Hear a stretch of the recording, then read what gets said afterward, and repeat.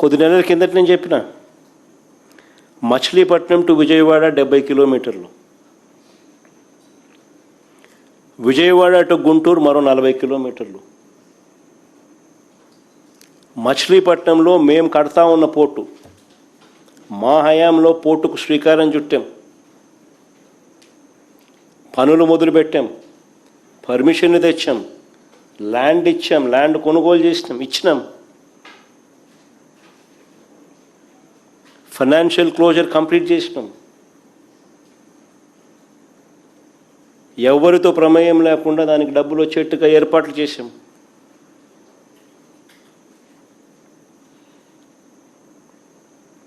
ఈరోజు చెన్నై అనేది port city, Bombay అనేది ఈరోజు పోర్ట్ సిటీ.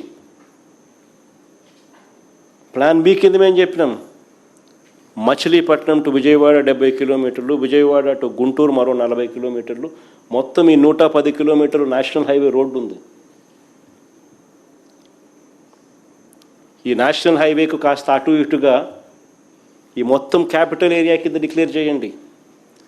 మచిలీపట్నం నుంచి ఎంఏ తీసుకోండి, విజయవాడ నుంచి విఐ తీసుకోండి, గుంటూరు నుంచి జియుఎన్ తీసుకోండి, మావి గన్ అని పేరు పెట్టండి. మచిలీపట్నం, విజయవాడ, గుంటూరు, మా వి గన్. సరే, గన్ అంటే బాగుండదు నీకు, అది జగన్ అనేది గుర్తుకొస్తుంది లేననుకుంటే సరే వేరే పేరు పెట్టండి.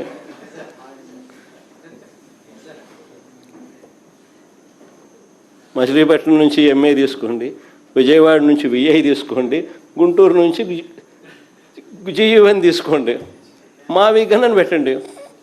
బ్రహ్మాండమైన 110 కిలోమీటర్లు క్యాపిటల్ ఏరియాని డిక్లేర్ చేయండి, కారిడార్ కింద క్యాపిటల్ ఏరియాని.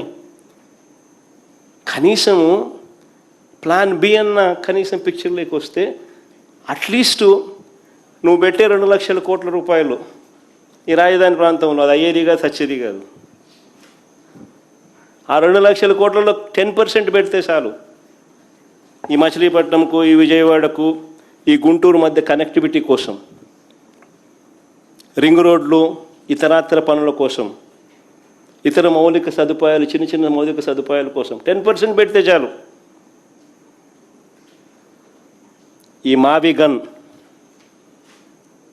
ఈ క్యాపిటల్ ప్రాంతం ఫ్యూచర్లో ఎకనామిక్ ఇంజిన్ అవుతుంది. విజయవాడ